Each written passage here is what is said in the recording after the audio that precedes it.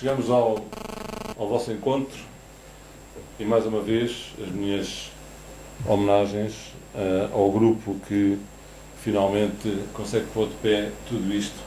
E eu começaria por dizer que, tal como o António finalizou, infelizmente a endometriose grave, e os slides estão indo meio, isto foi muito baseado numa palestra que eu apresentei há alguns, penso que 2 meses atrás, em New York, na Endometriosis Foundation of America, o statement era que a endometriose grave é, de facto, uma doença cirúrgica, não é uma doença médica. Obviamente que o tratamento da endometriose severa e os casos de endometriose grave vão depender de múltiplos fatores.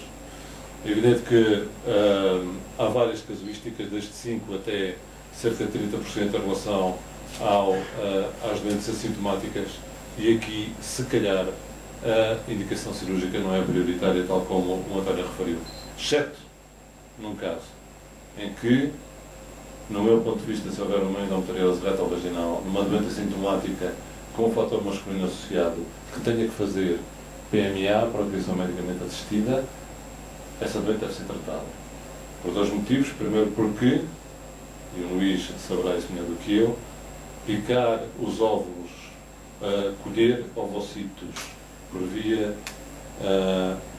transvaginal, vai-se cruzar com o tumor, os ovocitos são de pior qualidade, logo não vai haver embriões e vai haver um spread, um aumento da própria doença em si. E isso é aquilo que nós não queremos. Portanto, do ponto de vista das doenças assintomáticas, eu diria que é preciso ter um follow-up muito criterioso, tal como o António referiu, mas é preciso que, do ponto de vista de critérios cirúrgicos, nós estejamos atentos em relação à progressão da doença, que é isso que me preocupa, aos sintomas que se tornam progressivos de acordo com as vossas descrições, à perda de qualidade de vida e à infertilidade com ou sem fator masculino. E, por acaso, por coincidência, também citando um testemunho do vosso blog, obviamente que 1% não corresponde à realidade, e tudo isto que aqui está dito pode acontecer. Pode acontecer mesmo em situações mais graves. E aquilo que eu disse há 2 ou 3 dias na entrevista que o António citou é a confusão que toda a gente faz. Começa-se por infertilidade para chegar à endometriose. Não. A endometriose revela-se antes. A endometriose é dor e perda de qualidade de vida.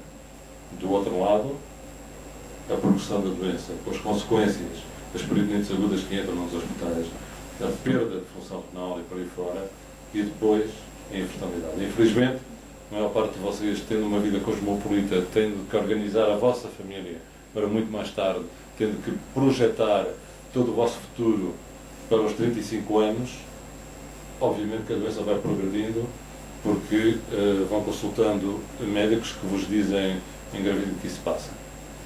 Ou tome uma pílula contínua que isso passa. E a doença vai progredindo. E depois, quando chega à altura de tratamento, é só sob a forma de infertilidade. Eu faço um apelo a que os centros de PMA que existem no país, não estou a referir àquele que o Luís dirige, tenham senso, muito senso, quando propõem mulheres para PMA por infertilidade, quando têm sintomas claros, evidentes, de endometriose severa, profunda, grave. E entrando um pouco, sem maçar muito naquilo que eu tratei em Nova Iorque, a questão que se põe é, então, e se a gente, no final, a doença for tão grave que numa mulher fértil tenhamos que propor uma esterectomia. Se vocês olharem todos os livros de medicina, os blogs de medicina abertos ao público, se procurarem nas mais recentes publicações, como o Up to Date americano, de janeiro de 2012, o statement é este. a esterectomia com ablação de ovários é o tratamento definitivo para endometriose severa. É verdade. É verdade. Agora, o problema não é esse. O problema é que quem nos procura não pretende uma esterectomia. Pretende engravidar. E pretende melhorar a qualidade de vida. Portanto, se isto é verdade, será que a gente deve fazer isto sempre? Ou propor isto sempre? Eu diria que, obviamente, não. Assim sendo, já vos falei disto, há obviamente o fenómeno cosmopolita no sentido de um adiamento de todo o projeto de vida familiar da mulher, ou do casal, se quiserem, no sentido mais lato, na medida em que, felizmente, estão aqui mulheres e estão homens, e no sentido da preservação da fertilidade. Daí que a outra mensagem que eu vos queria dizer é que, tendo em conta tudo isto que eu vos disse, é preciso estar atento, e eu traduzo o slide para quem não entenda, e repito o que já disse atrás, que a doença, no meu ponto de vista, cada vez é mais agressiva e aparece cada vez mais em pacientes novos. A Lona teve a oportunidade de fazer um trabalho publicado há pouco tempo pela World Endometriosis Foundation, onde isso mesmo é demonstrado. A doença cada vez é mais grave. E, ao contrário de outros, o que eu acho é que não são os médicos que estão mais atentos na detecção da doença, é que cada vez há mais doença endometriótica grave. Então aquilo que foi defendido na altura foi que se tivermos que defender numa situação de esterectomia numa situação de doença endometriótica grave, vai depender muito daquilo que vocês me disserem. Se já houver uma situação completa em termos de planeamento familiar com filhos, se os sintomas forem tão incapacitantes que aquilo que a gente ouve é, traduzindo um pouco aquilo que eu ouço de vocês muitas vezes, que chegam ao pé de mim e dizem: eu já não quero saber de filhos, eu já tenho muitos anos de sofrer durante muito tempo e, por favor, tratem-me, é só isso que eu quero. Do ponto de vista de medo da progressão da doença, é uma realidade. A perfuração intestinal, a falência renal, o cancro do ovário, aquele que está até agora demonstrado, e outras consequências que se calhar já não irei ter tempo para partilhar com vocês, mas o mais importante é que há uma responsabilidade também a nossa, não é só vossa, que é definir os limites cirúrgicos da reseção da doença, logo onde é que está a indicação cirúrgica. Ok, passaria muito depressa, não vale a pena passar mais filmes. Eu sei que tem boa música, mas é uma pena. Enfim, a relembrar que os limites cirúrgicos da reseção da doença muitas vezes são da nossa responsabilidade, porque há de facto indicações cirúrgicas que podem conduzir à necessidade de vos pedir ou de vos dar como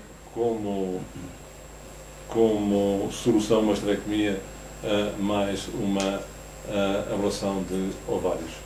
Há muitos poucos estudos, eu não queria entrar muito nestes aspectos, são aspectos que são muito técnicos também, então não queria ocupar muito tempo, relembrar apenas várias formas de limites, algumas delas muito importantes, e eu sendo para ser mais rápido, como o caso aqui em que a doente foi diagnosticada com um cancro do reto, era uma endometriose, obviamente, e assim foi tratada, e definir quais são os limites para maior ou menor capacidade e probabilidade de fazer uma reseção intestinal sem complicações e sem vos diminuir a vossa qualidade de vida, é um dos meus assuntos, é dos assuntos que mais me apaixona e que eu levei a discussão a Nova Iorque e continuamos a discutir se será a quantos centímetros no reto médio, no reto baixo, no reto superior, no sigmoide, etc.,